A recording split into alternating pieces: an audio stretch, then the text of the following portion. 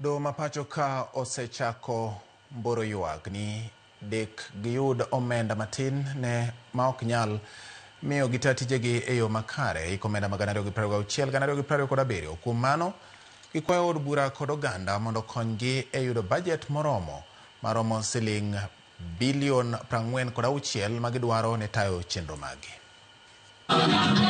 E lipot mane ogol kod tend doho e kinde chenro mar kawo pach oganda e gwenge mag South Nyanza ka otende kod bajet ma doho dwaro, bajet maromo bilion 46 e iko omenda mag 2016 nyaka 2017. Doho ywak ni maling'ling' ma giseyudo en omenda ma koro dek dhi migi koro ni piny mokalo obende ko nyalo thiro chenro magi mag tich. John Waweru mane ochopo lo director mochung' weche go mag omenda e doho wach ni maling'ling' ma giseyango en ni mano omenda maromo bilion 29 ema inyalo ket tenge ne doho. Our overall budget requirement is about 46 billion. And the indicative budget that we have gotten from Treasury at the moment is about 29 billion, giving us a shortfall of 17 billion shillings, a 38% shortfall. Maewe doho kodre maromo bilion 17 kabende jokanye doa ni mae kodek thir chenro mopogore ma itimo kod doho.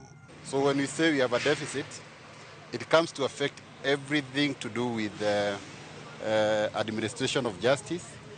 We need to do infrastructure for courts. We need to enhance our ICT.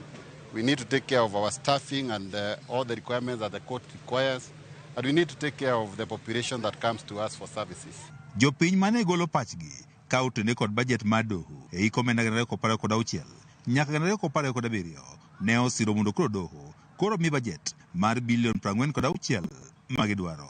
That the judiciary be added some money to their budget so that the new P3 form that has been introduced, they can be able to advocate for it. So our call is that however much the government is increasing money also to judiciary, they put more money so that the judiciary can do sensitization to the public for them to be aware of using these digital tools that they have in place and how they can file their cases. The magistrates court in Migori alone is supposed to have 6 magistrates. We have only 4. Out of those 4, one is small claims court. So I think we only have 2 magistrates. Taita Soromenja Goro, Marwok, Marwoge mag oganda e kaunti ma Migori, wacho ni jopiny bedo kod pek e yudo tichgi ka okale doho ka doho koro ok omenda moromo manyalo konyogi e timo tijegi makare. E doho gi kaka Migori ka nitiere doho migero nyatike pok orumo, gidwaro pesa mondo ket kombe iye kanyo, jotich madhi tiyo kanyo ndiki mondo jonyatike potimre nade oyud nafas mar gine services mar jokot kik ji wuoth mabor ahinya. Jouri bende osekwayo ni mondo timruok nade terne gi kot. Jang'ad bura doho malo ma Migori ano ng'injo wach ni cases mathoth budho e doho nikech kwan matin mag jong'ad buche moyudre doho.